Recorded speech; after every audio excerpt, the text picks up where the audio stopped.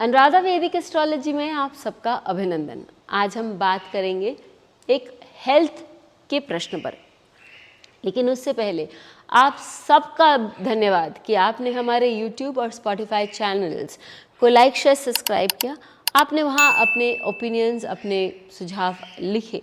यदि आपने हमें लाइक शेयर सब्सक्राइब नहीं किया है तो याद से करें और बेल आइकन भी याद से दबाएं ताकि आपको अपडेट्स निरंतर मिलती रहे। तो चलिए देखते हैं कि व्यक्ति ने कि जब हम प्रश्न करते हैं तो हमें किस तरह के जवाब मिल सकते हैं और हमें प्रश्न कैसा करना चाहिए। प्रश्न बहुत सीधा और सपाट था। प्रश्न ये था कि मेरी माता के हेल्थ में इश्यूज़ है तो क्या हमको क्या करना चाहिए, वो कब तक ठीक होगी। एक प्रश्न कोई भी कर सकता है और उसके लिए ज़रूरी नहीं है कि आपके पास आपके बर्थ डिटेल्स हों, क्योंकि प्रश्न तो बर्थ डिटेल्स पे जाता ही नहीं है।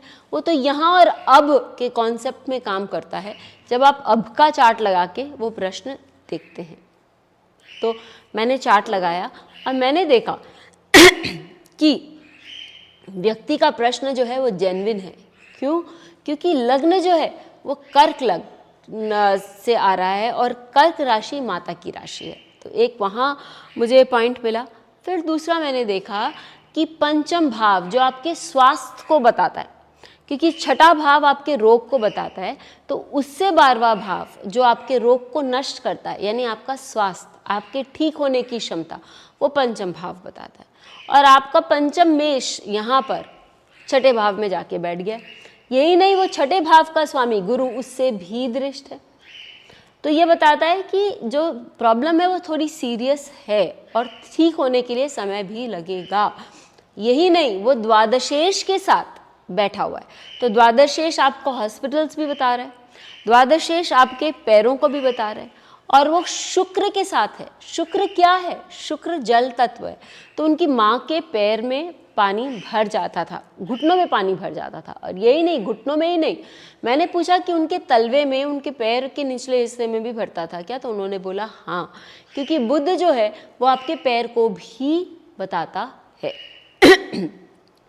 अब ये हम देखेंगे कि छठे भाव का जो स्वामी है वो कहाँ बैठा है? वो दशम भाव में बैठ गया। वो भी घुटना दिखा रहा है। तो बता रहा है कि आपका वो बॉडी पार्ट थोड़ा सा प्रॉब्लमैटिक जोन में है।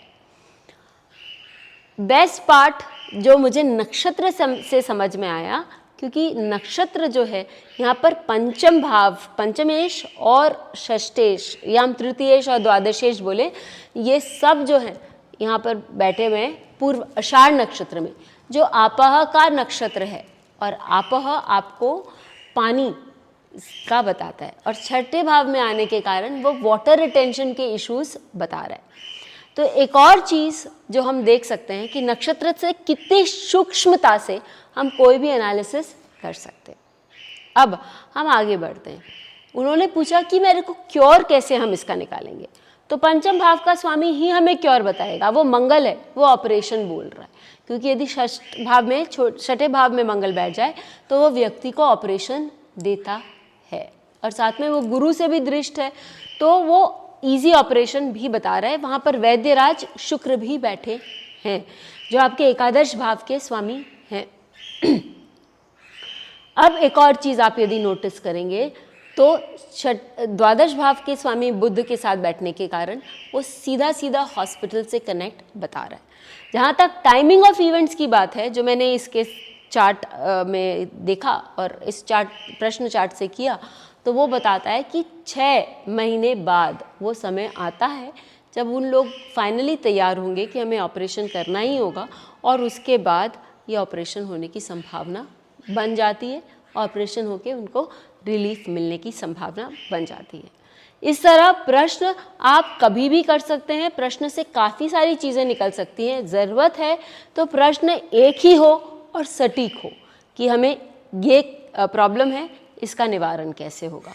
सिंपल, इतना सटीक प्रश्न होने से हम बहुत अच्छे से प्रश्न पर अपने आंसर्स कर सकते हैं।